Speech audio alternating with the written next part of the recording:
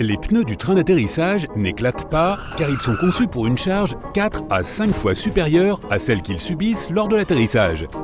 La roue elle-même peut se casser, mais le pneu n'éclate pas. Cette petite astuce basée sur la psychologie comportementale peut t'aider à choisir la file la plus rapide à l'aéroport. S'il y a plusieurs lignes à l'enregistrement, opte pour celle de gauche. Tu devrais arriver plus rapidement au comptoir de cette façon. La plupart des gens sont droitiers et choisissent intuitivement le côté droit. Ta peau devient généralement un peu sèche pendant le vol. Cela se produit en raison du faible taux d'humidité dans la cabine. Apporte une bonne crème hydratante avec toi pour garder ta peau hydratée à bord. Savais-tu que le pilote et le copilote d'un avion mangent toujours des repas différents avant un vol ? De cette façon, si l'un d'eux a une intoxication alimentaire, l'autre pourra prendre le contrôle de l'appareil. Les tablettes d'avion font partie des surfaces les plus sales de la cabine, alors assure-toi de te laver les mains fréquemment. Et nettoie la tablette avec une lingette antibactérienne pour te débarrasser de toutes les bactéries qui y pullulent. Si tu es assis sur un siège côté couloir, tu peux avoir plus d'espace pour allonger tes jambes. Il te suffit d'appuyer sur le bouton situé sous la coudoir le plus à l'extérieur.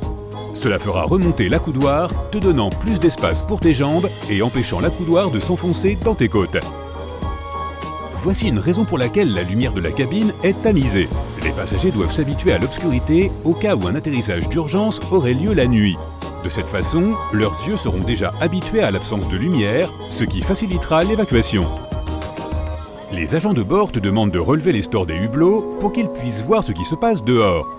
Ainsi, ils peuvent choisir la meilleure façon d'évacuer les passagers en cas d'urgence.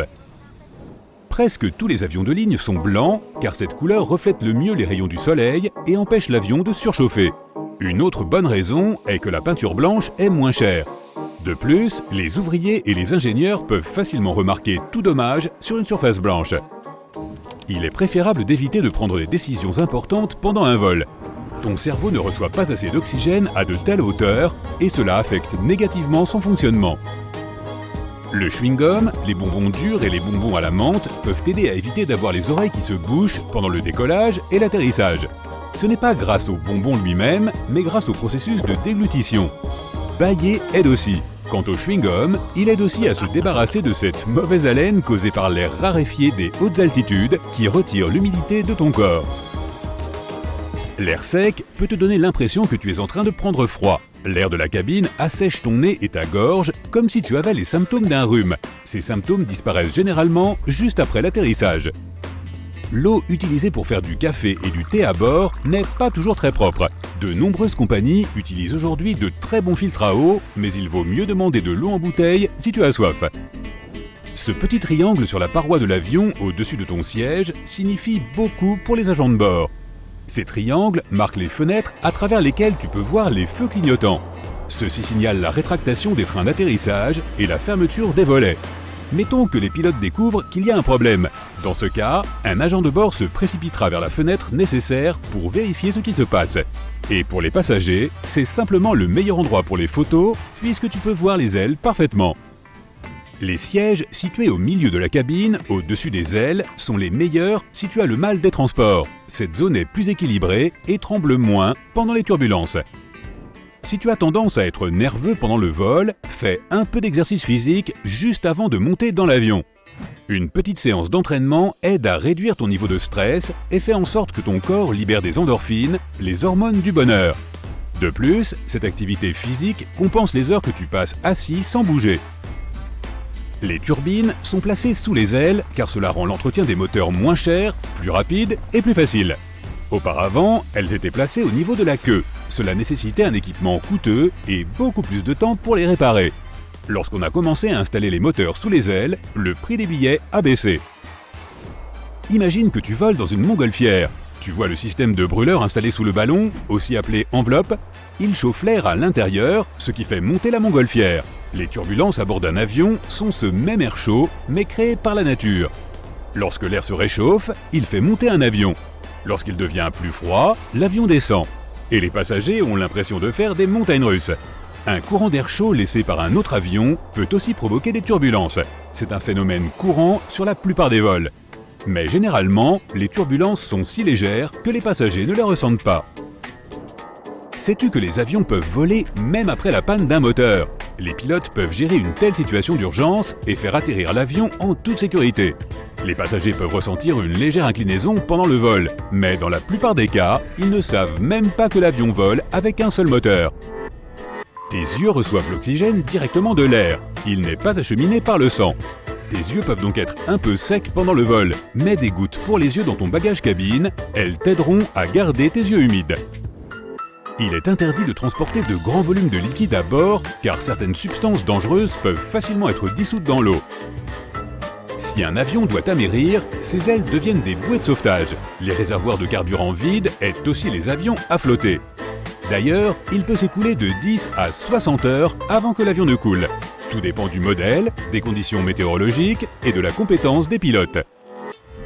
Ces hôtesses de l'air souriantes que tu rencontres lorsque tu entres dans la cabine cachent généralement leurs mains derrière leur dos. Elles comptent les personnes qui entrent dans l'avion pour s'assurer que tous les passagers soient à bord. Malgré tout ce que les gens disent sur la nourriture dans les avions, elle n'est en réalité pas si mauvaise. Le problème, c'est ton sens du goût, qui n'est plus aussi performant car l'air de la cabine rend ta bouche sèche. Il émousse aussi ton odorat. C'est pourquoi les compagnies aériennes ajoutent beaucoup d'épices et de sel à leurs repas. Est-il vrai que tes cheveux poussent plus vite pendant un vol? Pas vraiment. Les scientifiques n'ont pas réussi à le prouver. Ce mythe est apparu dans la première partie du XXe siècle, lorsque certains passagers ont remarqué que leur barbe avait davantage poussé pendant un vol. Il est normal que les gens aient des maux de tête pendant un vol, surtout juste après le décollage. Tu montes à une altitude plus élevée que le mont Everest en l'espace de 10 minutes environ. Ces changements se produisent trop rapidement pour que ton corps puisse s'adapter. Les ceintures de sécurité des avions sont placées au-dessus de ton ventre pour t'éviter d'être projeté contre le plafond en cas de turbulence. Lorsque cela se produit, l'avion commence à bouger de haut en bas et ta ceinture te maintient fermement. A l'inverse, les ceintures de sécurité dans les voitures protègent les gens des collisions horizontales. Les avions ont une protection spéciale contre la foudre. Même si elle frappe, les passagers ne la sentiront pas. Les avions sont recouverts d'un revêtement en aluminium qui conduit le courant électrique mais ne le laisse pas pénétrer à l'intérieur de l'avion. L'électronique et les réservoirs de carburant ont aussi une protection supplémentaire. Les sièges d'avion sont inconfortables parce que les compagnies aériennes essaient de faire entrer le maximum de passagers dans un avion. C'est pourquoi il y a si peu d'espace entre les sièges. 2 rangées supplémentaires signifient 12 passagers de plus. En outre, les compagnies fabriquent des sièges d'avion plus légers pour économiser sur les coûts de carburant. Même un poids supplémentaire, apparemment insignifiant, peut coûter des milliers d'euros à une compagnie aérienne. Et au fait, ton siège a un revêtement ignifuge. C'est nécessaire pour éviter qu'un incendie ne se propage en cas d'accident. Les employés d'aéroports transportent les bagages non réclamés dans des centres spéciaux. Si le propriétaire ne se manifeste pas dans les 3 mois, le bagage est mis en vente dans des magasins spécialisés. Autrefois, tu ne pouvais pas utiliser ton téléphone dans un avion car les téléphones portables étaient dangereux pour la navigation. Leurs signaux radio pouvaient perturber les réglages de l'électronique des avions. Les masques à oxygène tombent non seulement pendant les fortes turbulences, mais aussi lorsque la pression de l'air à l'intérieur de la cabine change radicalement. Les passagers ne risquent rien s'ils mettent leur masque à oxygène. Mais de tels cas sont considérés comme une urgence, et les pilotes font de leur mieux pour descendre rapidement à une altitude sûre, afin que les passagers puissent respirer sans masque à oxygène.